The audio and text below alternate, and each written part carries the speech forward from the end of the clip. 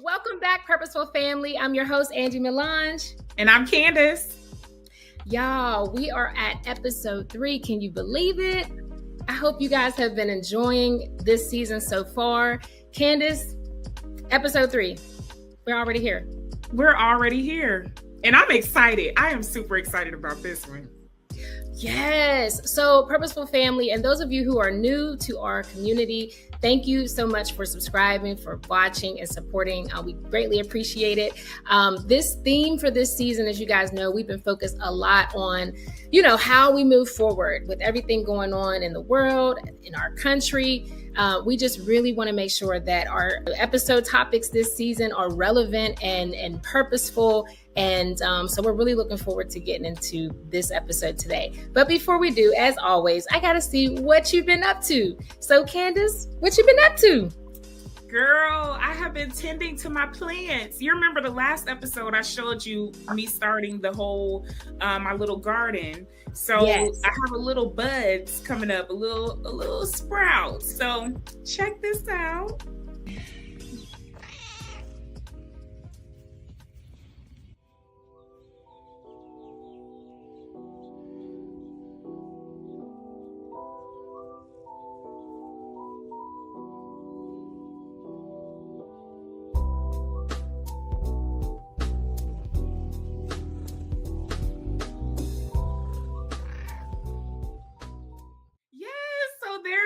As you can see, they're little babies right now, but I cannot wait until I think it's going to be about 30 to 60 more days before they actually fully develop into, some greens that I can enjoy. And of course, Midnight had to get up in there. I was going to ask you, how has Midnight been? Spoiled. Girl, the fact that Midnight is still hanging around, oh my goodness. Is she letting you pet her now or pick her up? A little better. She's gotten a little better. So I can actually pick her up and have her on my lap for maybe 5 to 10 seconds. And then she's like, no, I'm for the streets. I don't cuddle. I don't do that. She reminds me very quickly. Yes, but that's one thing about cats, that they're not needy. So, she might be feeling like you're trying to take her independence or something. I think so, because I'm telling you, it's gotten a little better. She might stay on my lap for 5 seconds, but anything longer than that, she's like, hey, I ain't about this lovey-dovey cuddling stuff now. Right. Aw, one day I'm going to have to see Midnight in person. I'm going to have to come through. Yes. I can't wait for you to meet her, but it's going to take probably you coming over for a month or so. But she wasn't. I had my little cousin. He was probably 6 years old. He's 6 or 7. Midnight wasn't fooling with him. Really? She has to get comfortable. So wow. If you come, you're going to have to come about 5 more times and feed her. And then she'll think, okay, I can trust you. Wow, that is so interesting. Cats are just, I've been considering getting another cat, but my cat Hammy, he passed away. It's been over a year now, and he was definitely a part of our family for 14 years. So I do miss his presence, and even though he wasn't very needy, just, the things that cats do, I have to say, man, they're just beautiful creatures. And yeah. So I don't know. Midnight, I might be a cat whisperer. I don't know. She might take to me. I don't know. We'll see. Oh, I can't wait for you to meet her though. She just gonna have to get some time. She's gonna have to get used to you because she a gangster. She not too friendly. I don't know, Candace. Now I got a little history from the streets now. I got a little street cred. Woo! Angee. Yes. Oh, I did the speech. Oh, yes. Oh, did you capture any footage? I did. It was so awesome. Here it is.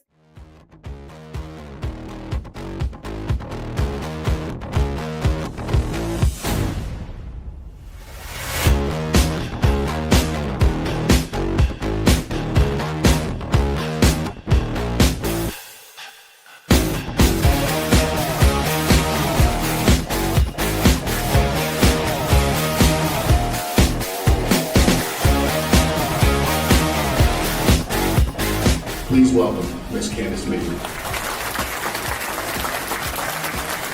The road to success isn't linear. It's bumpy with unexpected turns. What matters isn't avoiding those bumps, but how you navigate them.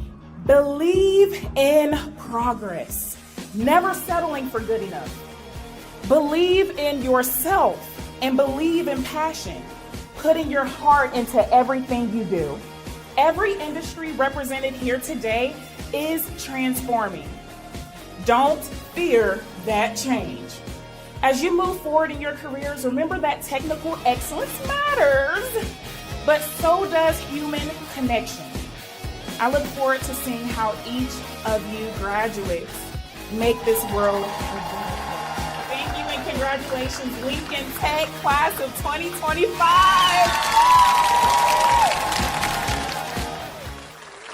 Yes, so that was it.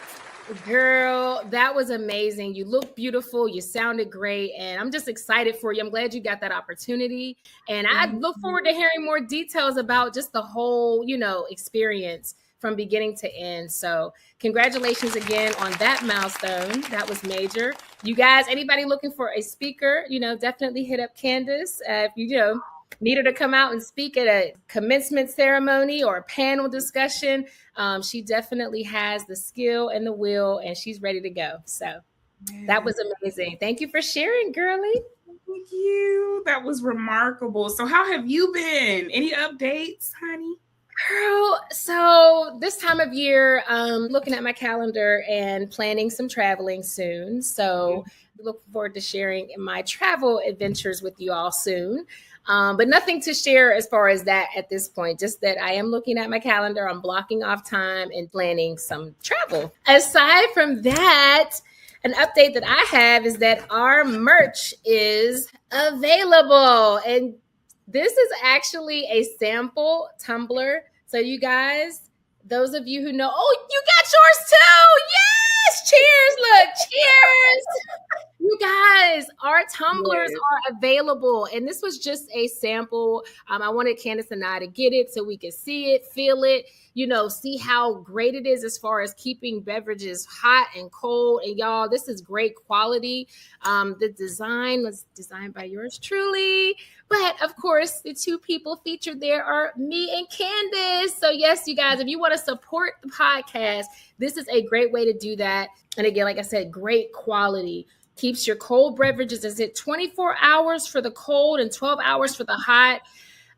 It's just amazing, you guys. And so if you're looking for a way to support, and if you're a coffee drinker, tea drinker, heck, you could even put water in here. It's going to keep it cold. Check out our merch on our website, prettypurposefulpodcast.com, and you can click on merch and support us, you guys.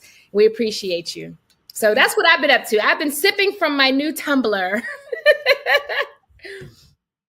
I'm going to go ahead and get into this episode because you guys, we have an amazing guest with us, and I'm so excited for the conversation we're about to have.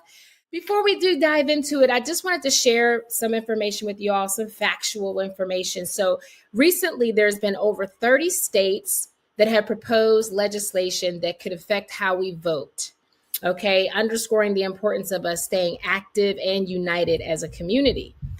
You guys may have recently heard about the SAVE Act. Okay, that is aiming to also affect the way that we vote. It is going to actually create challenges for us. Essentially, the SAVE Act is aimed towards suppressing voter rights. So we're diving deep into the importance today of building community and connecting with one another as we are facing these different challenges, especially when it comes to voting. This is the time for communities now more than ever to be connected, to be informed, and to be moving collectively on one accord.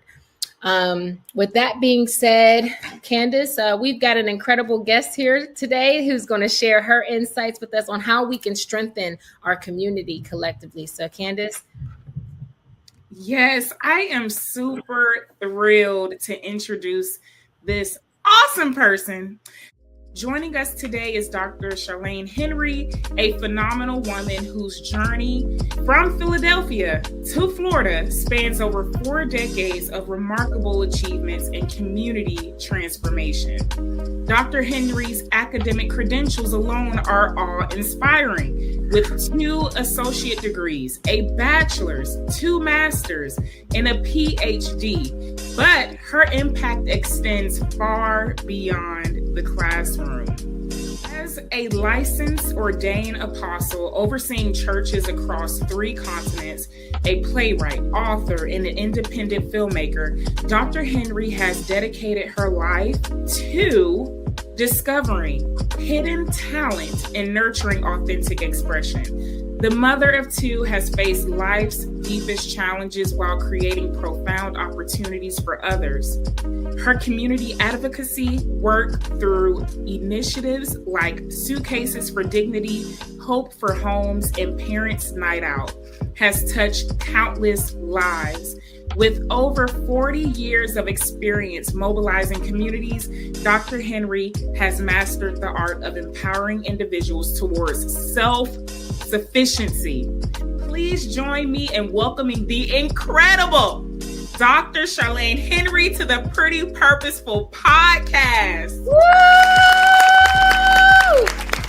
Bring her out, bring her out. Bring her up, bring her up. Welcome, Dr. Henry. Welcome to the Pretty Purposeful Podcast. We are so pleased to have you here. I'm glad to be here. Thank you for the invitation to come and hang out with you 2 wonderful women. I'm excited to be here with you all and just looking forward to our time together today. And hello to all of the viewers. And I hope that everybody is going to be inspired, encouraged, and touched and challenged by our conversation today. I am from originally Philadelphia, Pennsylvania. Shout out to Philly, Eagles fan all the way. And so I now am a Floridian. I've been here for 12 years. And I still go home a lot, miss home. My heart is still in Philadelphia. And so I'm actually very honored. I'm honored to be able to work, not just here, but all of my life. I've moved around. I've lived in various states and various cities to help people because it's all about helping people. And so I am just excited about just life, even looking at what's going on right now. I love the name of the broadcast, that there's purpose, because there's purpose for all of us. And despite everything that's going on in the world, there's still a way, there's still measures, there's still strategic planning and things that can happen that can really change your life. I love the topic. No one is coming to save us, because I have, as you said, spent 40 years plus because I grew up in the church, much like you ladies. So we were taught coming up in the family that it was all about the greatest leader being the greatest servant. And so my life has been framed around, if you want to be great, be the least among them. If you want to advance, be the least among them. They always say the squeaky, the person with the most noise, the squeaky wheel gets all of the attention. That's not so. They get attention, but it may not be the right kind of attention. It may be the attention that lasts, is temporal. You get that for what you're, going for, the clamoring noise that you're doing. But then when you look at it at the end of the day, is it meaningful? Is it long lasting? Is it a temporary excitement and joy because I got it? And then when you wake up the next day, it's like, okay, now I'm chasing something else because that wasn't really meaningful. It brought the accolades and the pats on the back from people. So we were taught coming up that, make sure that everything you do is purposeful. Make sure that everything that you do is intentional. Make sure that everything you do is relevant. Make sure that everything that you do is not about you receiving, but in fact, y'all, she already said I'm a preacher. So a little bit of the preacher might come out today, that we are not only impactful, but we're relevant to the times that we're living in and to the people that we're speaking to. And so my dad and mom taught us to never be selfish about ourselves.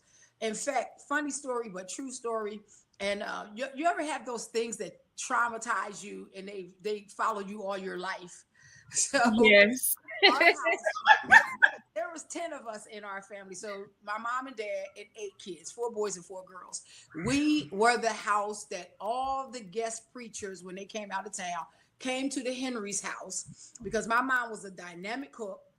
My dad was the head deacon in the church.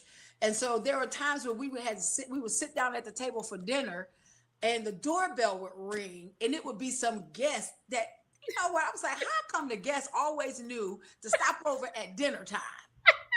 Always showed up, y'all, at dinner time. At dinner time, ready. I don't know what it was. And you know what? We were taught we had to push back from the table and give up our plates and give up our seats, because they taught us about being hospitable. They also taught the principle. Now that sounds kind of cruel. They taught the principle that it's more blessed to give than to receive. Amen. Okay. And so, and yes, those kind of things kind of traumatize us. At Easter, we always had to make all the Easter baskets, and we had to put all the jelly beans in the baskets and stuff.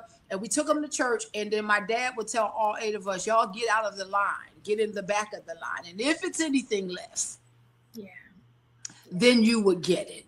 And sometimes many Easters, we didn't get anything. Was we mad? Yeah, we was mad, girl. One year I was so mad, I stole some jelly beans while I was putting them boxes together. I was padding my pockets with some jelly beans, okay? I was about 8 years old. I was padding my little pants pocket with some jelly beans.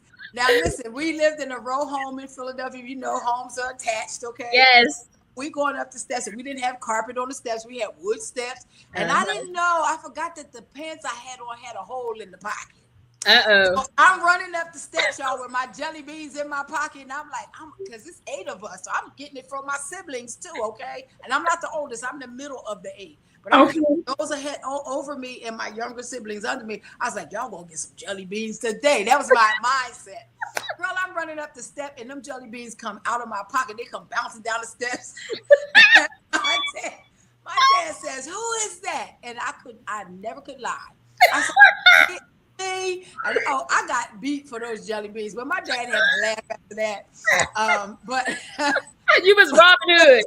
Okay. But nobody was coming. Nobody was coming to save us, y'all. They wasn't coming to give us no jelly beans. No.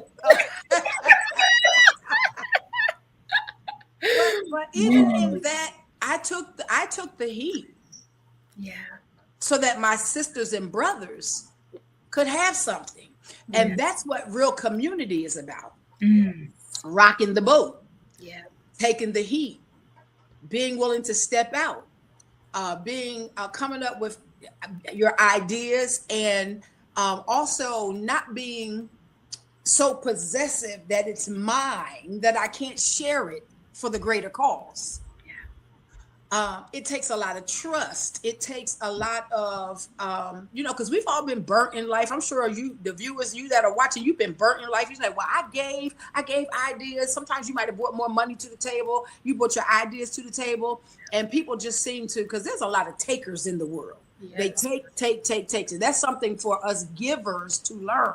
We got to learn balance. When it's okay to say no, when it's okay to say I've given enough, and to see what other people are bringing to the table. All right. Don't be such a giver that you give everything and then you leave yourself depleted. Yes, right. You have to have balance. You have to have wisdom. Y'all see, I'm a great old head lady. Okay. So I'm talking from wisdom. I'm talking from understanding and knowledge. And even in our older age, for our older viewers that are out here, don't shut up your bowels of compassion. Still give, but give with wisdom. Young people give, but give with an understanding. Share what you have, because truly it's going to take a community today to really help us make it. As you look in our government, there are things that are trying to be stripped from us as a people that our forefathers and foremothers fought for us to have, the right to vote. That's okay. Right. Whether you believe in abortion or not, forward or against it, it doesn't matter. To have the right to make a decision about what you want to do as far as your body is concerned. I know that's kind of weird that the preacher's talking about, hey, if an abortion is what you have to do, that's what you have to do. Just like in church, we don't like to talk about mental health. Why? We have people who have mental health issues. I love God, I serve God, but honey, all that kind of crazy. Okay. Okay. But we have put the stigmas on certain things that if we talk about, I'm depressed or I have a mental health issue that, something's wrong. And so we cover it up. We're notorious for wearing masks. Ooh. So we got to take the mask off as a community too, because when we start facing where we really are, then we'll start making progress. Yeah. So we stop fooling ourselves about where we are. Then that's why we're stalemated and we're not moving forward, and we're not, even among us in the Black community, we have the haves and the have-nots, because we have not learned yet how to truly be a community. I'm not going to mention any names because I don't believe in throwing anybody under the bus, but I'm going to say this. There are people that are, they have great wealth that are African Americans, whether they are actors, actresses, TV personalities, ball players, and fall under line where you may, comedians or whatever. It puzzles me how, as a Black community, why are we still suffering in the United States when there are so many of us that have a lot of money, that can actually purchase land, I mean, acres of land, and do our own housing. Acres of land and build our own hotels, acres of land and do our own business centers and entrepreneurial centers. You don't hear enough of those things among us. We have foundations, and some do have nonprofit organizations. Some do. Some of them are giving a lot of money to, and doesn't mean Africa doesn't need it, because I have missions in Africa. We have churches in Haiti that we support.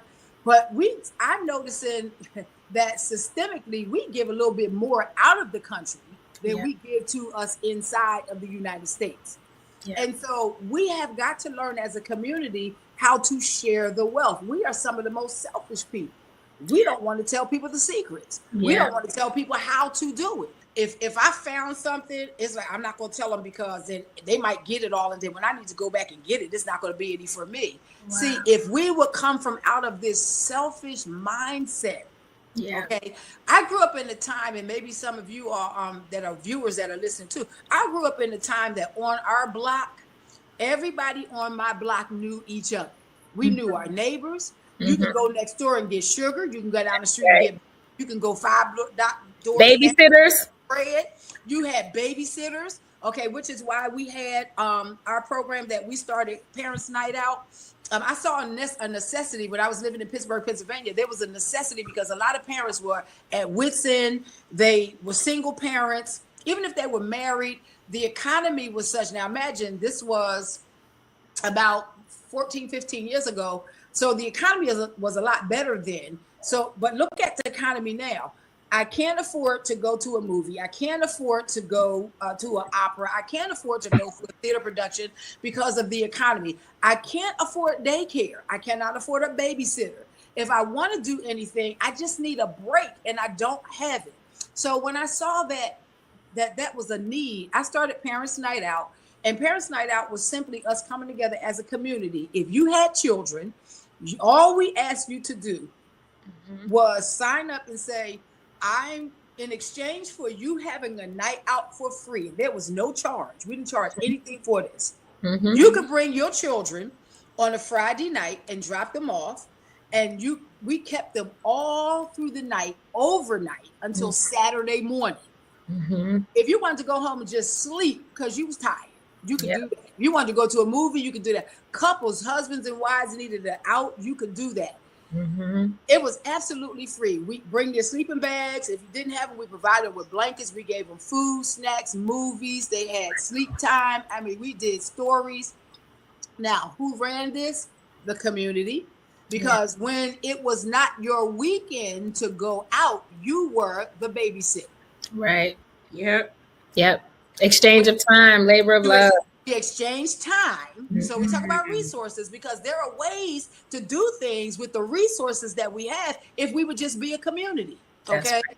Now, I did have safety measures in place, because you had those 1 or 2 special people that would have their nights out and they would never show up to babysit. Okay. Well, I had it in the agreement that you signed that if I did not show up when it was my time, except for some extenuating circumstance, that you could never bring your kids back to this program again. So you had to weigh out, was that one night and you not showing up worth you giving up all the other opportunities that you had to have nights out? I put the choice and the onus back on them. That's right. And I tell you how that blessed people. I had people that said, you know what? I just wanted to sleep. I wanted to just take a bath without worrying about what the kids was doing. The house was going to get burnt down. Right. I got some Calgon, take me away time. Okay? Calgon. Yeah, I'm going to date myself to a lot of my. I love me some Calgon now. Come on, what is it? Morning Glory is my favorite one. And you know, I just wanted to have some. I just wanted to watch a movie. I wanted to put the TV on without interruptions, and changing diapers. And we took all ages, and that program was so successful. And we had single parents that said thank you, men who were raising their kids that said thank you. Okay, and that was just a small way of us coming together as a community to become the babysitters. And then let's look at the day now. You cannot trust putting your kids everywhere. No. You cannot trust all the daycares that you put them in. You don't know what these teachers are doing in the school. We have so many different teachings that it's okay to be this and that. And sometimes they teach against your values and your morals. You got to be careful about that. Everybody has a right to be and who they are and what they are and how they want to be. But you have to protect your children. Okay, because there are a lot of pedophiles. There are a lot of stuff that's going on in schools and on the buses. And there are kids that Sandy Creek, if you remember Sandy Creek, you send your kids to school and then we got these guns and all of this stuff coming up in the school and then your kids don't never come home. There are things that we need to do as a community to not just have these kind of programs, but to protect our children. I came up in the day of, when the Black Panthers was coming up, we came up where we also had the Guardian Angels. We had community brothers that got together and formed their own Osage Avenue. Okay, I could call. I've read the stories. Yep. Okay. They got together and they were the street patrol people. The police wasn't doing it for us. They didn't come to help us. Okay. Imagine they wasn't doing it back then. Look at what we are in right now. Yep. They're not coming to help us. But where are we where we will mobilize together and say, we will come and be your security. We will come and make sure that you're okay. We'll be security at our schools where our kids is at, especially now. This world is so on edge with the racism and the prejudice that's going on that you're afraid to send your kids. You become even afraid of your neighbors because you don't know who's for who believes in what.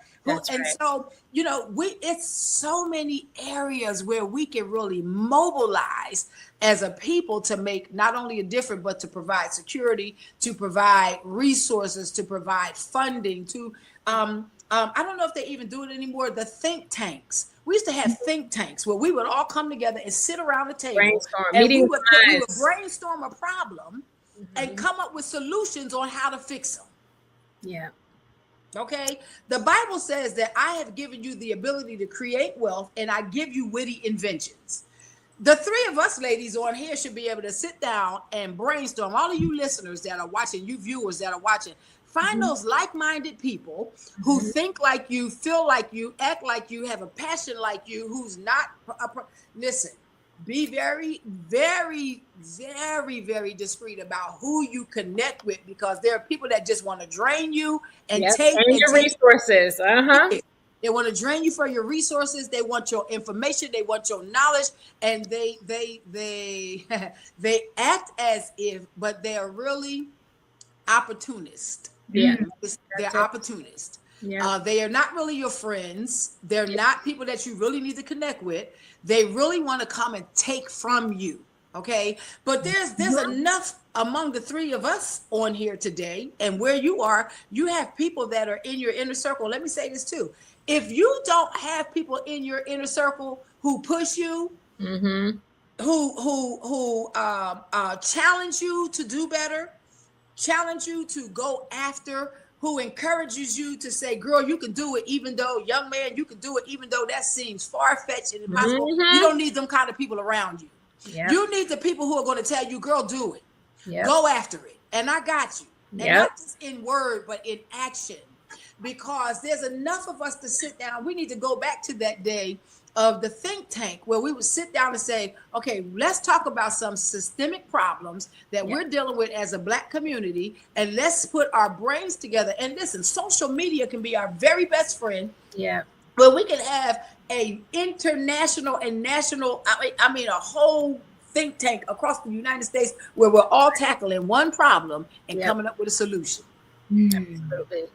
If we would utilize the tools that are now given to us, instead of, I don't know about y'all, but I'm so sick of getting on Facebook, and all I'm seeing is everybody's posting all the fights and everybody getting beat up, and the girls fighting in the streets and the wigs coming off and the people, and it's us standing back filming it and posting it. It's us standing back filming the fights. And I'm talking about old women fighting each other. Old women fighting each other, old men fighting each other, and knocking each other out in the streets and knocking each other out in the gas stations. Come on, y'all. As a people, we're doing it for likes. They're doing it for likes to get attention. It's like the more outrageous, the more viral. They were going for a viral moment that just really is not serving us at all. That you said it. The moment. There we go again. The instant gratification. That just being noticed. But at the end of the day, when you go in that house and you sit by yourself with your jaw broken, your face all swollen, you know what I'm saying? What did it profit you? Right. How better off is your life? It's not.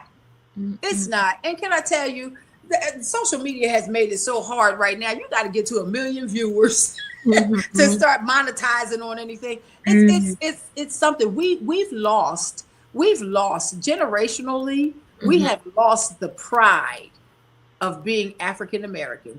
We have lost the pride and the dignity that came with being a Black person. We have, and in the Black community, we've lost something. It's because it's was perpetuated in the media, the entertainment. It's what they're seeing. It's influence, and it makes. I agree with you. Okay. I see it too.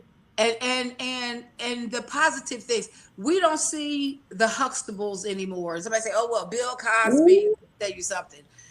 I don't. It's not about anybody's personal life. But what was on TV when you saw those things, when you saw Good Times, when you saw the Huxtables, when you seen Cosby, when you saw them shows that said that we even Martin and Gina Martin.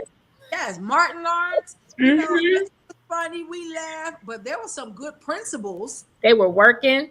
They were working community. People, they were working class people. Relationships. They were married couples. They were a married couple. Yes. We never knew where God was at, but he had Tommy work. Okay. Where's Big Shirley? Okay. Even Shanae had a purpose. Come on now. She sure did. She was the security. Shanae kept it real, okay?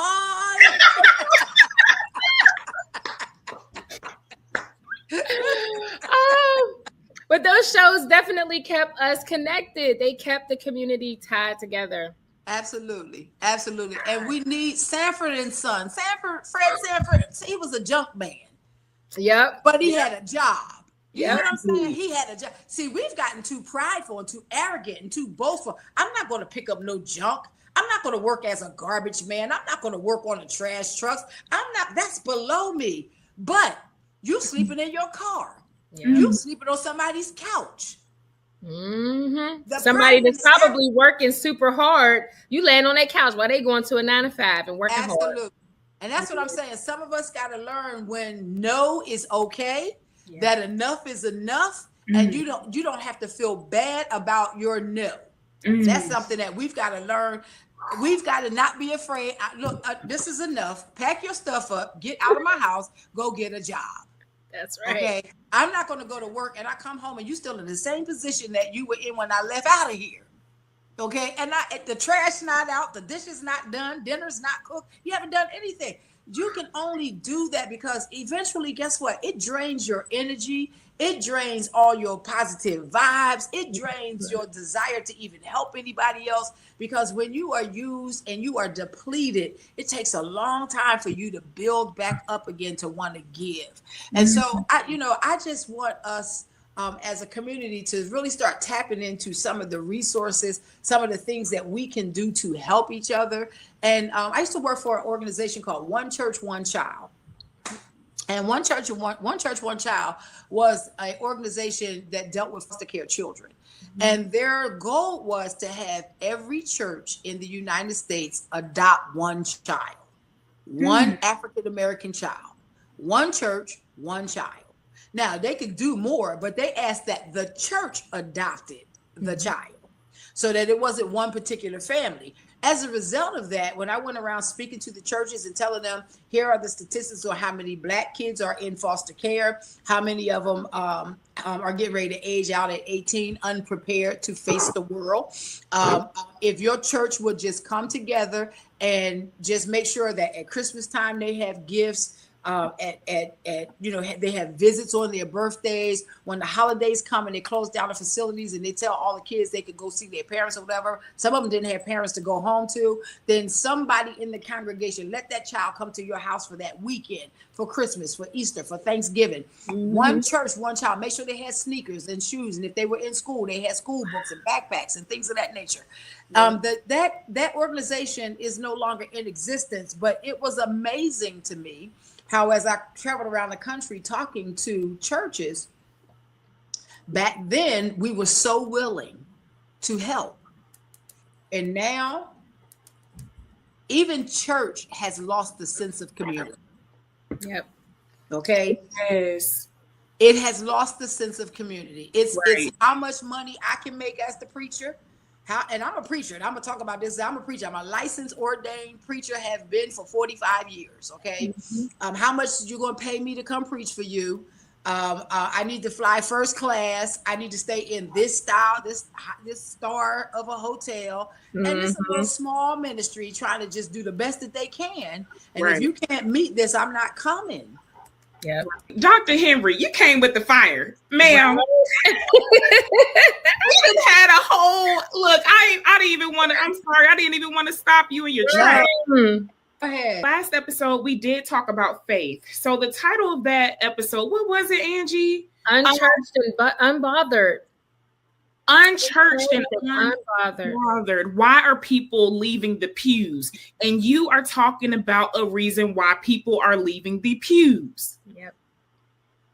And can I acknowledge the fact that there are 3 generations on this podcast right now? There are 3 generations being present right now on this podcast. And I'm so grateful. I just have to mention that, ladies. I'm so grateful to be amongst you all. This wisdom, it is just beyond diamond wisdom here. So needed. So needed.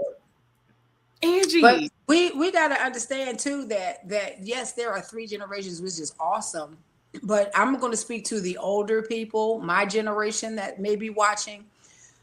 We can never get to the point, and this ties into why some of the people are leaving the pews, because some young people right now are like, these old people, they think they know it all, and they don't, okay? Because we are not versed with the technology. We don't know the stuff that's going on today. Our form of education is different than today. We should always be in a position to be able to learn. See, that's another thing about community, being able to learn, to give and receive from each other. Where you all give us the understanding of how the world is working today, the systems of today. If your generation can embrace the wisdom that we bring, and we tie wisdom and knowledge together, we would be a powerful people. You have over 4 decades of mobilizing communities. Could you share how initiatives like Suitcases for Dignity and Hope for Homes have fostered a sense of unity and support among the community? Absolutely. So Suitcases for Dignity started out because we had a young man in our ministry who is in foster care. I work with, as a consultant, I work with nonprofit organizations, for-profit organizations, and I work with a lot of foster care agencies and groups like that, foster care homes, group homes. And one thing I noticed when I was working at one of the agencies was that when these children came to foster care, they came with their belongings, however little or much, in trash bags, brown paper bags. And when they left the same way. Okay, that's a whole nother discussion about our foster care system and the failure, even among us as Black people that are running foster care and group homes. It's for money. It's not for the building of the young people. Is not preparing the young people to navigate this world, because at 18, in case you didn't know it, at 18, they opened the doors literally and say, okay, you're done. You're 18 and you're on your own. Here's a check for you to go ahead and do the best that you can. And we're done. Emotionally, psychologically, they're not there.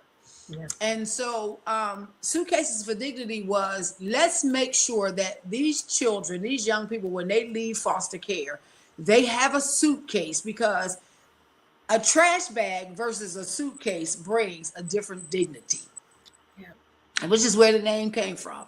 It brings a sense of worth and value. It helps them to navigate the uncertainties of life with, even though it was just a suitcase on wheels, it wasn't just a suitcase. We put in the suitcase, they could put their clothes and their possessions in there, but when we gave them the suitcase, it came with toothbrush, toothpaste, washcloths, towel, sheet, the basic necessities, laundry detergent, bleach. We put a roll of quarters because they was going to have to go to the laundromat somewhere and do their laundry. We put in the basic necessities of what they were going to need. Even if they moved into an apartment, these were the basic necessities that they were going to need in order to wake up the next morning and be able to take care of themselves. A roll of toilet paper, paper towels. So it didn't all fit into a suitcase, but it was called Suitcases for Dignity. And that was so that when they walked out, there was an organization, our nonprofit organization was saying to them, regardless to where you've come from and regardless to the challenges that face you, go with pride, go with dignity, go with self-worth and know that you are valuable. You have something to bring to the table. Now, how do we mobilize the community on that? How many of us have suitcases because we buy the latest in the brand, and we have suitcases sitting in our attics, in our garages, in our closets, and they're just collecting dust. Nothing wrong with them. So we asked the community, we told the community about the program. We did a brochure, we put it out. We went on social media channels and we said, hey, if you have a suitcase, and we asked that it would be on wheels, because some of these young people were going to be transient. They did not know where they were going. Okay. And so we did request that the suitcases that they donated would be on wheels. And we had people who they would drop the suitcases off. We went out as a nonprofit organization, used our 501c3 to purchase suitcases. We partnered with stores to give us discounts on suitcases, mobilize the community. Okay? Because these kids were going to be living probably on the streets right outside in the back of your store. So let's do something to let them know that they are supported, and and so we mobilized the community, not just churches, but the neighbors, other nonprofit organizations, other retail stores that gave us discounts on things. We had people ship them. We had people that drove up and said, I have suitcases. I have people now that still say, are you taking suitcases? We still are. And then we connected with the foster care agencies in our area to say, let us know whenever you have somebody that's aging out of foster care so we can make sure that they get a suitcase. So it's about building a network and people know what resources they have and that they can tap into the resources. That's one of the things we don't know. You can be the best cook in the world, but if people never taste your food and they don't know you a cook, how do they know? You have to promote yourself. You have to market yourself. You have to let people know what you're doing. So we did Suitcases for Dignity. We did the Parents' Night Out, which I talked about. We also did Hope for Homes. When we had our church down in St. Pete, one of our deacons lived at one of the shelters temporarily until his apartment was ready. And he became the man that everybody went and talked to. All the young people went and talked to Deacon Lee. Pray for me. I need counseling, whatever. And what did he do? He would call me and say, I got 5 people from the shelter that want to come to church. We sent the bus and picked them up. Okay. That's a whole nother story. I got a car dealership to give us a bus so that we could pick up community members and bring them to church. In Florida, you have to have a car. There's no public transportation, very little to none. And in the area where we live, there's no public transportation. The bus also wasn't about just picking up people to bring them to church, but we would see senior citizens in wheelchairs riding down the street in the rain. And if you know about Florida during the rainy season, it could pour down rain, and then this afternoon it's 80 degrees and sunny. Right. Well, they're coming from Walmart with their umbrellas, trying to hold their groceries while they're trying to ride their little scooters home, because access would drop them off, and sometimes it would take 2 or 3 hours before they would get back to pick them up. Yep. The bus would pick them up, take them grocery shopping, wait for them, put them back on the bus, and take them back home. Wow. I also designed a transportation system so that we became, I'm from Philly, we became SEPTA. That was our bus system. Okay? Transportation. Mm-hmm. And so I drew a map, drove the route, and said, and from this time to this time, it takes 2 minutes from here to here. This is our first pickup stop. We're going to stop here. We're going to stop here. We're going to stop here. We're going to make a loop around the hospital, come back, ride around the other side. And so I did a loop because we only had one bus. And then the goal was to get multiple buses. So if they were going vertical, these were meeting them coming horizontal. I worked for a company where I did transportation and did all of that stuff. Okay. Wow. And so my years of experience, I've had all kinds of jobs. Don't be afraid to take jobs, because you never know where those jobs are going to end you up in your life. And all the jobs that I have led me to my purpose. Amen. Life, okay? Love y'all podcast name, okay? And yes, I am pretty. All right. So. Yes. But you're more than just pretty, okay? But, you know, sometimes we do things in life and it's like, oh, why am I doing this? This isn't even anything I want to do. God has a purpose. God has a plan. And all things will work together for the good of them that love the Lord. That's it. Okay? And so when it doesn't seem that it has meaningful, know that it's just a part of your process. And that if you just go through the process and walk the process through, in time it will reveal itself. Okay? And so our bus company is called Life Express, because we wanted to let people know we're here to take you to life. You need to get to school. You need to get to a doctor's appointment. If you need to go to court, if you whatever, Life Express was here for you. Now, because of the times that we were living in, we were not collecting money on the buses because we're a nonprofit organization.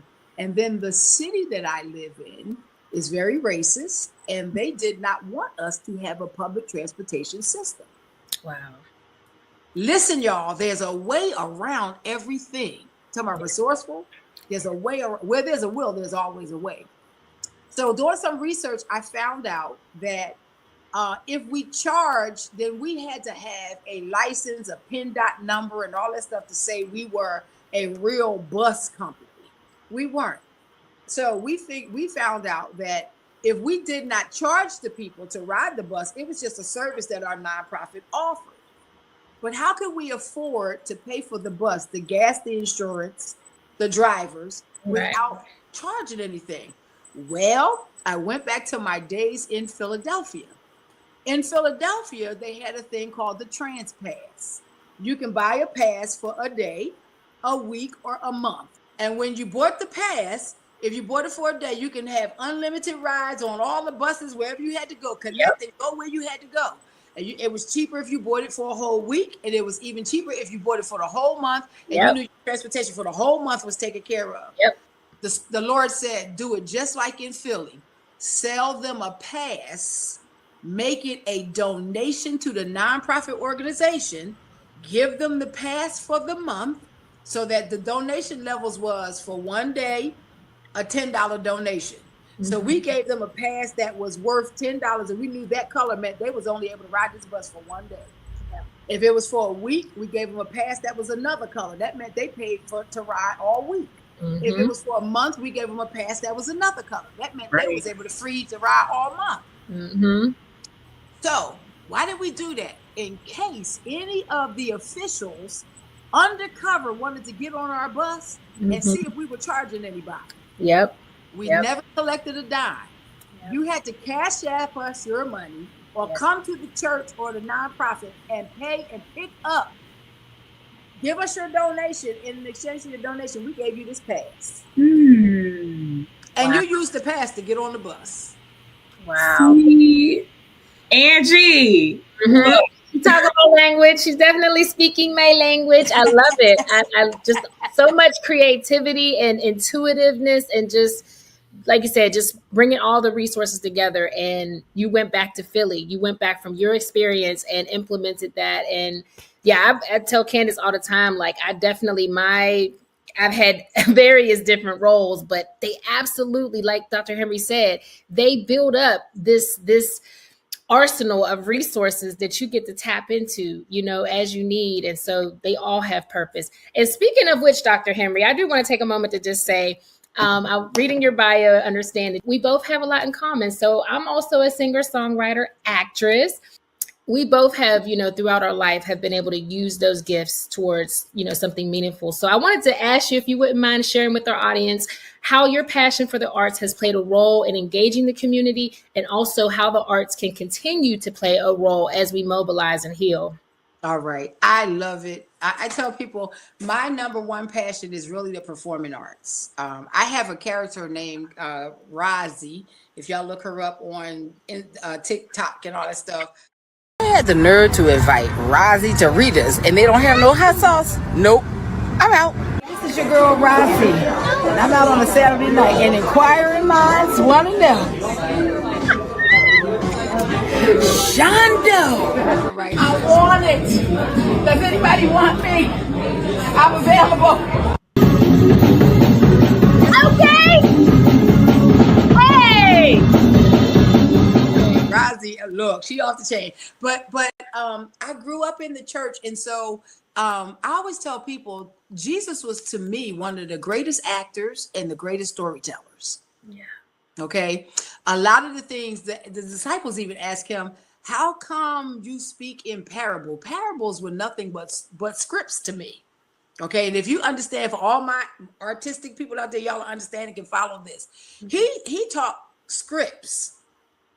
He acted out things so that where it was too deep with the thou and the thithers and the whithersoevers and all of that stuff, Jesus was like, let me give y'all some practical stuff. Let me just do some stuff so that I can show you in a performance type manner what I mean by what I'm saying.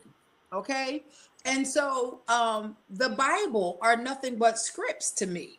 So coming up in the church, it was all about scripts that were for everyday life. These were not scripts to convert people or make you get saved. No, these were scripts about everyday principles. Yep. Okay. And so in the performing arts in the church, of course, we were singers. All my family were musicians and everything. And I found out that sometimes we have a hard time facing the reality of ourselves when you come head on with it with me. But if I see myself up on the stage, it's more palatable, and I can identify with the character and say, ooh, that's me. Ooh, that's my story. And where I'm afraid to tell my story, sometimes on stage, it can tell stories to help liberate people. Yes. So I've always been a writer. I got in trouble for writing because I would write before my time. They used to hire me when I was 9 and 10 and 11 years old. 15, 16, 17-year-olds would hire me to write Valentine's Day poems to their boyfriend and girlfriends because I could write so well. I got many a beatings at home because I was too mature. You're trying to be grown and you're smelling yourself. My parents really didn't even understand that I was anointed and gifted. That's another conversation for another day. Yeah. Sometimes we beat our kids and we chastise them and tell them, stay in your place, you're too grown. No, but you don't understand, it's the hand of God that gave us the talent and the gift. It just has to be cultivated in the right way. Whole nother conversation. So I've done arts and theater all my life, and I wrote stories about realistic situations. My clock is singing, my Savior God, to thee. It sings every hour. Oh. How great thou art. What? How great thou art. I got to get my praise. Beautiful voice. Oh, y'all just got a treat. And so in Pittsburgh, I opened up a performing arts theater because it was nothing but young Black drug dealers on the corner, because that's all they knew to do. If you knew about Pittsburgh in those little areas, it wasn't jobs. It was nothing. Those were those areas that we called the forgotten areas. They put us down there, and there's no grocery stores. We bought the building. We bought the parsonage next to the building. And I said, you know what, we're going to turn this into a performing arts theater, because I'm going to tell you, theater is a multi-billion-dollar industry if you can tap into it. So it wasn't that I just started a theater. Yes, I wanted to write my own plays. Yes, I wanted to write my own content. Yes, I write my own songs. Yes, I write my own music. I don't use anybody's stuff, because we have enough in our own lives that you can write your own productions with. And so I wanted to teach young people, and I had all kind of classes in all ages, how to write your story and put it on stage. So it was a class. How to use your authentic voice to tell it from your perspective and then put it on stage. So in the performing arts theater, connecting the community together, we had volunteers that came to work the lights, to work as ushers, to give them something to do, senior citizens to get out of the house, because at dark time they were scared to come out. They didn't have anywhere to go, but here was some place for them to go. The other thing is that I'm all about making sure that if I eat, everybody eats. So in my performing arts theater, I taught everything from lighting to front of the house, back of the house management. These were classes that you went through. Sound, set design, stage designing. We taught them about hospitality, running a concession. So they needed to learn marketing. Do you know that there is not an industry that is not touched that you can get a job in if you will come through the performing arts theater?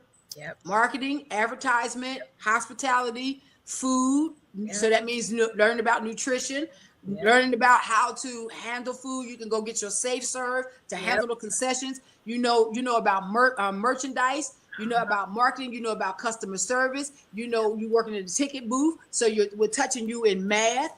I always believe that you can use theater as a backdoor to get them to learn how to do stuff that they didn't like to do. Because if you didn't like math, but you wanted to work in a ticket booth, guess what? You were learning how to count money. That's right. You were learning how to balance the books at the end of the night. So there's always a way. And then because we sold tickets, everybody who worked for us received a cut of what was made after the expenses. Wow. That's it. We had one pot. We all ate from the same pot. There's a scripture in Acts chapter 2, verse 44 and 45 that says, the people all came together. There was one big table, and everybody came and brought what they had and put it on the table. And once they put it on the table, the people were able to come back to that same table and get off the table what they needed. And the Bible says that the people had all things common. So it didn't matter whether you bought $1,000 and I bought $5. We were all equal. We bought what we had to benefit the community. Yes. And then I came back because I didn't need money. I needed my pants hemmed. I didn't need to know how to cook. I needed somebody to do my hair. Right. I don't need you to teach me how to balance my books, but I need you to help my child learn how to read. You see what I'm saying? Yes. And so when I took off the table what I needed, the Bible says that they all walked away and nobody wanted for anything. That's a principle that I live by. Even when I did the performing arts theater, I did a one-woman show with a comedian. She had never been on stage before, always wanted to do it. And I love finding hidden talent, okay? I'm getting ready to audition for an actress to do a play that I wrote called Distorted Love. I need one more actress to do it so I can get this play launched. Wow. She never been on stage before, wanted to get on stage. And can I tell you, I'm real unique. I do stuff real different. Like, you can go to the store and get the orchestra seats. And then those seats cost like $25 or $35 back then. And then we had the $20 seats. And then we had the seats in the back of the theater that we only charged $5 or $10 for people to come in. But we had this beautiful balcony that wrapped around the entire theater up on the second floor. Okay, so I had the vision. I said, well, you know what? I'm going to sell them seats for a whole lot more money. But when the people buy those tickets to sit up on that section, they're going to have their own concierge who's going to come around at intermission and take their orders and say, what would you like? Because in their ticket sales was their concession. to pay for their sodas, their candy, and here was the list of what they could get, and they could check off one thing from beverage, one thing from snacks, one thing from and the ushers took their orders, walked down the steps, got the orders, and brought it back to them. They never had to leave their seats. Wow. Okay. After she did her show, and she came next door to my house to get her money. See, this is the other thing where we go wrong. Mm-hmm. When you make a promise to somebody, keep your word. That's right. Okay. I said to her, you're going to get this percentage of the ticket sales. We sold. When she came and got her check, she looked at her check and she said, what is this for? I said, this is your percentage of the tickets that we sold. She cried and said, oh my God, I've never made this kind of money before on a show that I did, a one-woman show. Okay. Wow. She now is really out there doing it and everything. And she's like, thank you, because you pushed me out of my comfort zone. People they started calling her to come to their women's things and all of that, because I gave her an opportunity, saw in her what she didn't see, believed in what she didn't believe, and then paid her. Yes. Paid her as we committed to do. So the community can come together because as a part of that with kids, we went and had kids. We bought the little disposable cameras and put cameras in all the children's hands and said, go out and take pictures of what your life looks like. And what you want your life to look like. Okay, so we were introducing them to the world, not just the performing arts, but the world of photography. Tell your story through your pictures. This is where I am right now, but this is where I hope to be. And you know what? When I look at vision boards for today, I said, oh, I was doing that years ago with cameras. Tell me where your story is at and tell me where you want to be. Everything is an evolution. There's nothing new under the sun. It just comes back again in another format. That's right. It's just a different method. But it's nothing new under the sun. It all comes back full circle. So if you're interested in classes, we do classes online. I do vocal training. I've had vocal training, and I've graduated classes and classes of people taking vocal training. We do everything around the performing arts because it's all about getting your authentic story out on the stage. And then not only that, teaching people skill sets that they can go to any theater and they can work at any theater and get a job. And from our little community nonprofit theater run by community people. There's so many ways that we can come together as a community, connect, make money, get our stories out, keep our rights. Absolutely. Okay, keep our rights. Yep. Band together and protect one another, because as this segment is called, nobody's going to come do it for us. That's right. We've got to do it ourselves. That's it. And look, let me ask you this. What is one most significant obstacle to community mobilization, and how have you navigated this one issue?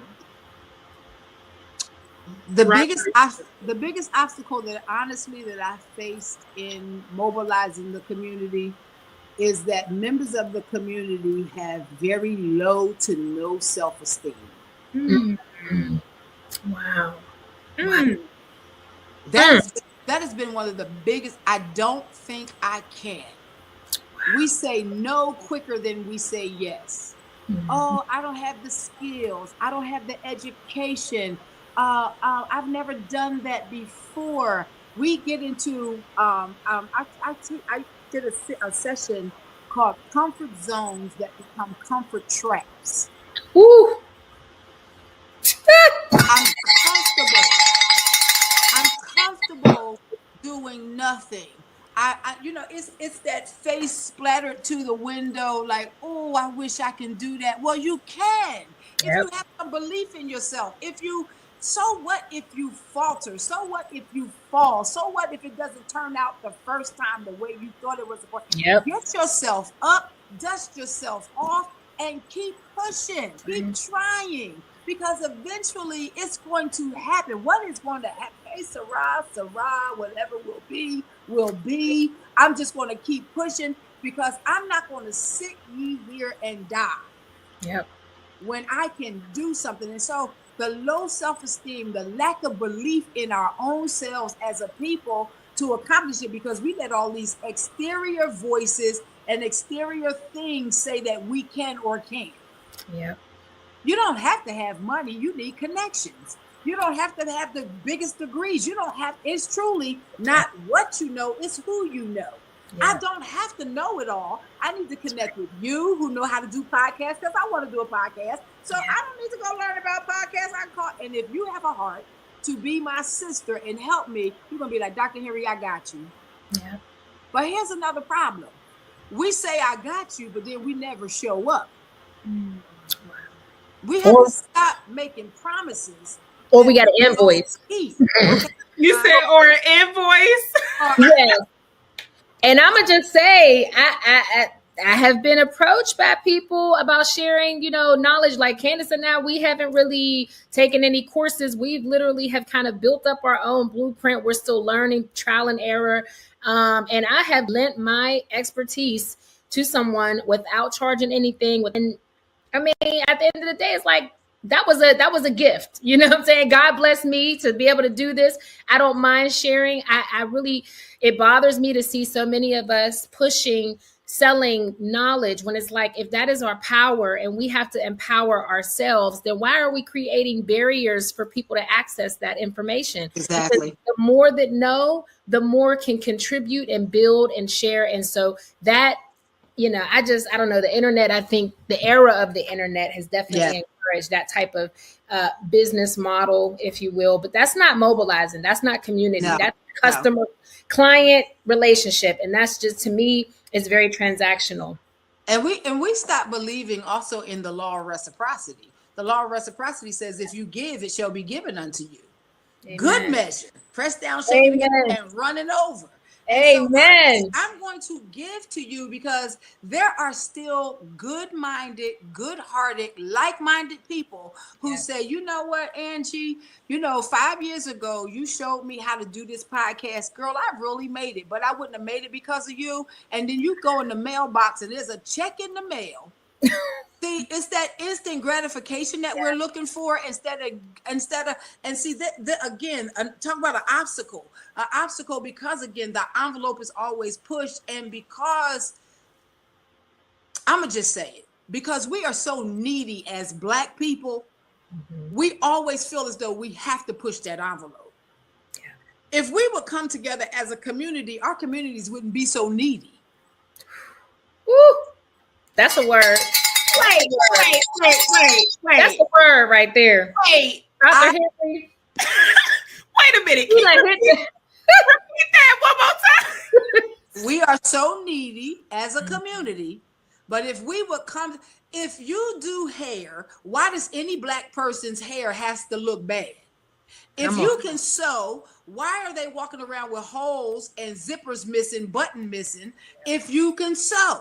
If you can cook, why is anybody hungry? If you are a mechanic and know how to change oil and fix a tire or put in, you understand why our cars broke down in the Black community.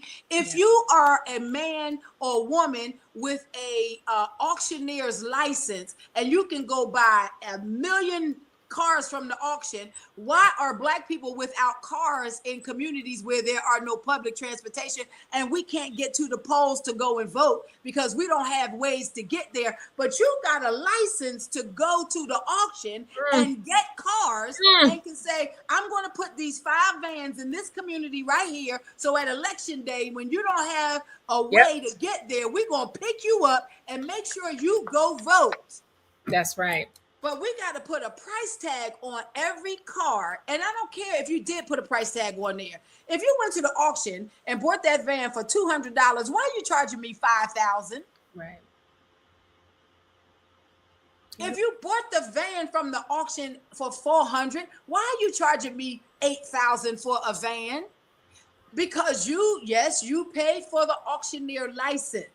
Yeah. But why don't we help each other? And that's one of the obstacles. We don't like helping anymore. We don't want to help. We don't want to. It's all about it's all about, we are the most selfish, me, I. And guess what? I is not getting us anywhere. We will always get there. We shall overcome. I never heard I shall overcome. I never heard that song. I heard we shall overcome. We shall overcome one day. We shall overcome. Rosa did not get up from that seat, not because of her. She looked at the community. That's right. Harriet Tubman went and put her life on the line to drink off of that white-only fountain because she was looking at the generations to come. Yep. Those people sat at that lunch counter and took beatings, not for themselves. Being spit on. Not to get beat. They took it for us, for the community. You talk about take one for the team. How about we take one for the community? Yeah. We get apartment complexes, and yes, we know you got to pay for the land and you got to pay to build it and all that kind of stuff. But do you have to do what other cultures are doing and charge your people that much rent so that you can benefit profit-wise this particular margin? So I'd rather let you be homeless because I'm only going to deal with people to help me reach this profit margin. I'm all about the coins. I'm all about the money. I'm all about making your paper. But at some point in time, it has to be about community. It has to be about the people. It has to be about, but for the grace of God, there go I. It has to be about remembering when I did not have and somebody else sacrificed for me. And I have a responsibility and an obligation to give back to my community. That's right. And I want to say, you made a great point when you said, as far as the I and the we, you know, it goes back to what you said earlier about we're so selfish. Another thing that we face, in addition to being selfish, right, is just not thinking outside of our own needs. So I wanted to ask you, how do we approach building cooperation in so many diverse communities? Like even within the Black community per se, there are different other issues that we have faced that have been, you know, they're sensitive, but they create division. And I'll name some of them. One of them being colorism within the Black community keeps people divided. Socioeconomic status and educational, levels keep people divided. And last but not least, the LGBTQ community. With all of these diverse sub communities, if you will, how do we get over that? How do we bridge the gap between those differences? See, I think out the box. I'm an out of the box kind of thinker. Okay. So let's talk about the communities that you talked about. If you are LGBTQ, XYZ, QRSTUV, I don't care what you are. If you are a part of that community, God bless you. Live your life, live your best life. So as a community, if y'all could just follow this for me, because I really think we're gonna let you cook. Let her cook. Come on, cook, Dr. Henry. If we have an issue as a community, a Black culture community, and it's an issue, because we have different viewpoints and perspectives, let's do this. All my LGBTQ people, first of all, we're going to talk about here is the problem. Now, your group, go brainstorm how we can fix it. You smart intellects, take that same problem and tell us, y'all brainstorm how we can fix it. Mm-hmm. Whatever level you're on, get with your people that are in your group, like-minded in your geographical, educational, financial, and then bring the spokespersons of those groups together to say, here's the problem we were all trying to come up with a solution with. From the LGBTQ, I know I'm not saying it right. Y'all excuse me, I'm not being funny about it, but but from that community, here's what we saw. I guarantee you, if we did that, we will find out, regardless to all of our different places we are in the world, we are more alike than we are different. Yeah. I can't see it from your perspective because I'm not walking in your shoes. You can't see it from an educator's perspective because you don't have the degrees that I have. I can't see it from a wealthy person's perspective because I don't walk in the coins that you have. So if all of our different perspectives will come together and we all tackle in the same problem, we would be able to come up with a blueprint that would address the problem and solve the problem. And guess what? Nobody would be excluded because everybody had input. We used to call it back in the day corporate buy-in. So nobody was left out because every group had an opportunity to get with their own people to tackle the same problem. And so it was something in it for them. It was something in it for the wealthy. It was something in it for the uneducated. It was something in it for, you see what I'm saying? I do. And I want to say I love that approach. And like you said, as far as the buy-in, that makes sense. You have somebody that actually understands the actual needs. But my question to you, Dr. Henry, is because these different subcultures or subcommunities exist, what if the problem is just us communicating, just us communing with one another? And I think, to me personally, I think as far as colorism within our community, it keeps us from coming together, leveraging one another's resources, building the community, just communicating. I think those biases that we have about people of different backgrounds, of maybe you aren't saved, you might not be Christian, you might got different religion, those type of differences. How can we address the division that exists because of our differences? We have to look at the greater cause. In these kind of situations, we can't look at us. It's not about my color. The focus is the cause. The focus is we got to fix the problem. I don't care if you light skinned and got long hair, dark skin and a big nose. That's not the issue. When we put our personal issues aside, colorism, sexism, education, when we put all of that aside and we're dealing with how do we deal with lack of housing among the Black community. That had nothing to do with your color, how light skinned you are, how dark skinned you are, how big your nose is, whether you got locks or a perm. That's not the issue. We are majoring on the minors instead of majoring on what the issue is. Now here, let me say this too. With every generation, just like where we are right now, there has to be the sacrificial lambs. Yeah.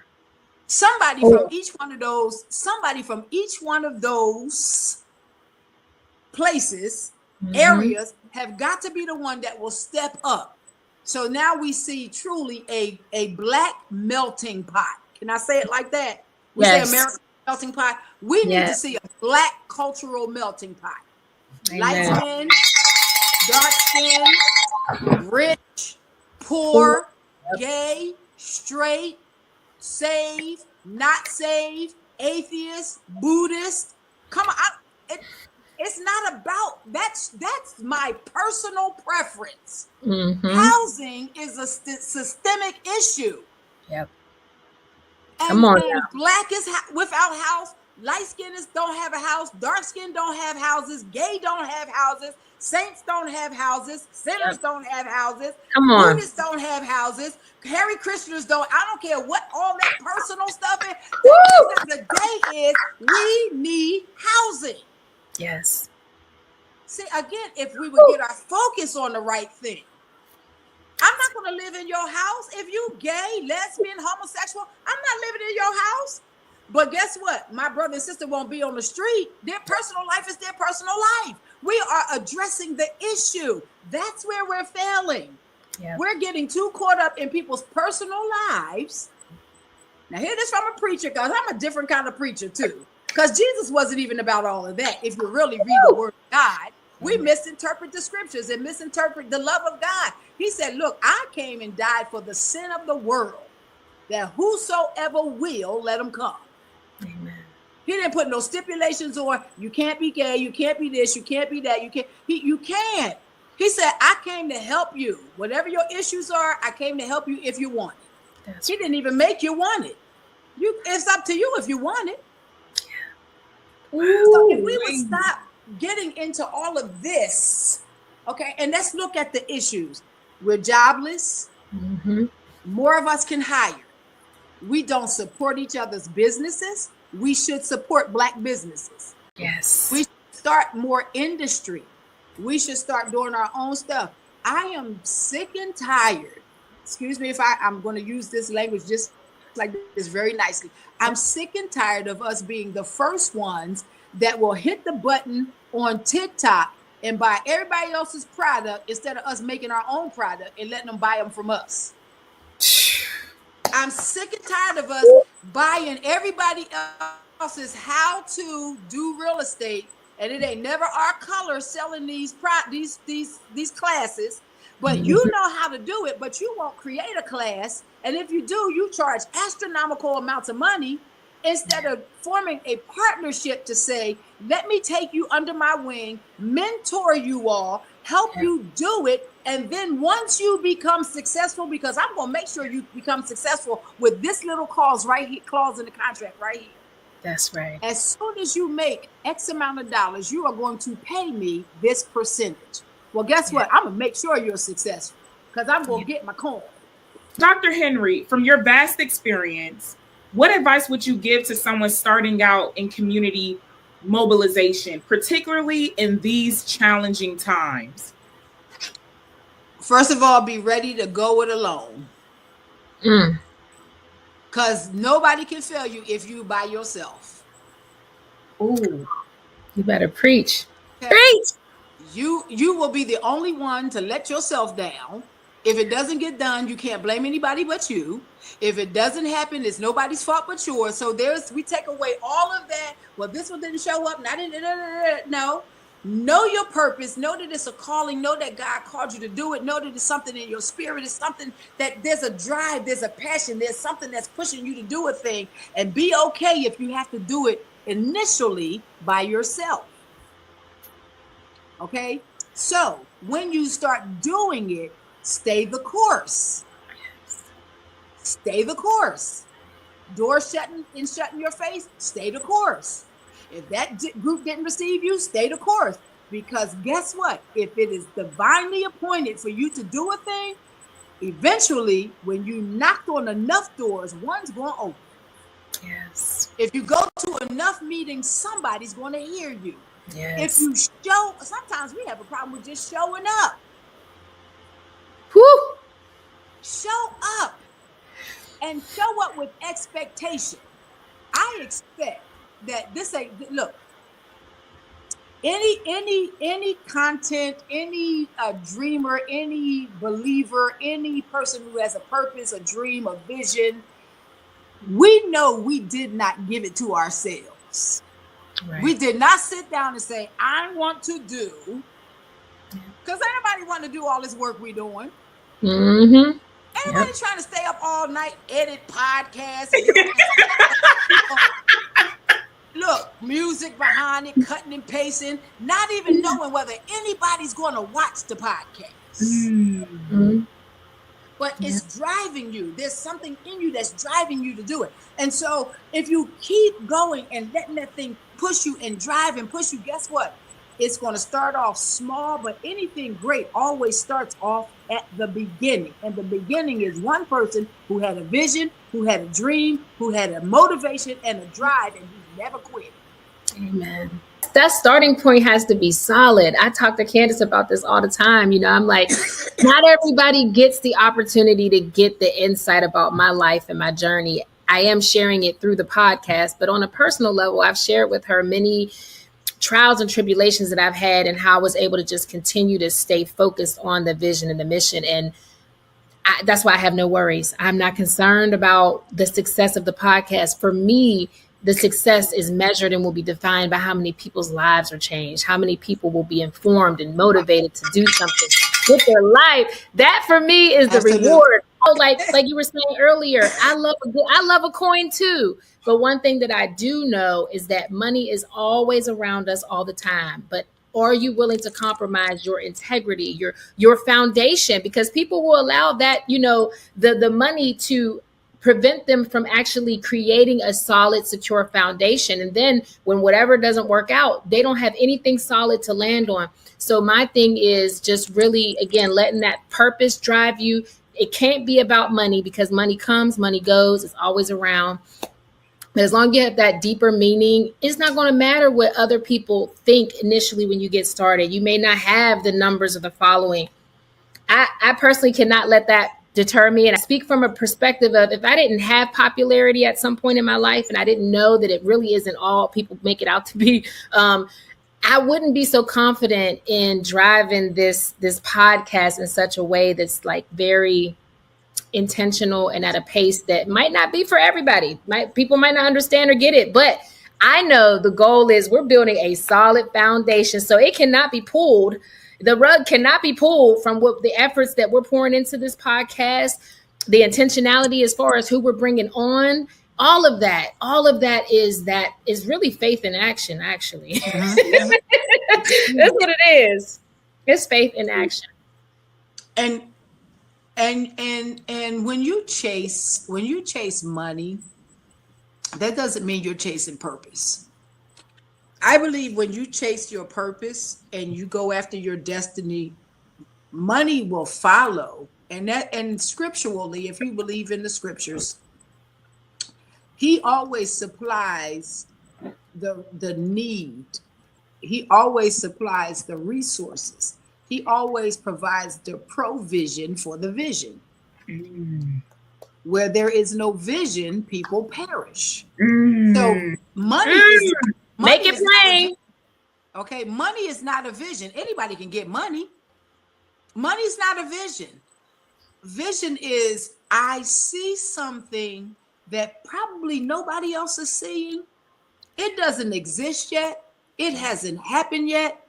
But by faith and confidence in my abilities, the skills, the talents, the drive, the passion that I have, I'm going to pursue that thing. And when it's for the good of the people, when it's for the good of the community, God, the universe, the higher power, whatever you want to call it, will step in. And guess what? It will be your energy. It'll be your win. It will be the pat on your back that you need, because you'll find yourself waking up when everything. Listen, you know when a person is following purpose, because when everything failed that day before, they still get up, get dressed, beat their face, put their hair on, put their earrings on, put their pants on, their best shoes, and they go out there and they do it all over again. Yep. When you chase money and you get it, you're chasing greed, because money is not always purposeful. Does not always, it satisfies you, but when you're selfish, it doesn't satisfy anything else for anybody else. Purpose is always about people. Amen. Woo! Oh, I love that. And I love that. always about that right there. That was it. We can wrap the episode up. That was it right there. I love that. Wow. Dr. Henry, we're gonna have to make a post with just your face and that quote. That is a quote from Dr. Charlene Henry, one that we should not forget. I mean, wow, very profound. And it really summarizes what this conversation was really about. And at this time, Dr. Henry, what we're going to do is we're going to move into our engagement part of our episode, which is the Purpose Pulse segment. So what we do, Dr. Henry, we have this wheel that is full of all these different prompts, but they're all tied to purpose. And so I'm going to go ahead and share my screen, spin the wheel, and then we would love to hear what is driving your purpose. So right, here we go. I love this wheel of purpose. And the winner is... Ooh, you gonna love this one. All right. Oh, which fictional character is unknowingly living your purpose? This character, of course, is a character from way back, before a lot of probably younger people's time, and it's Betty Boop. Ooh. Tell us more. I love me some Betty Boop. That's why I said Betty Boop. First of all, they portray Betty Boop as this white character. Originally, Betty Boop was a black woman.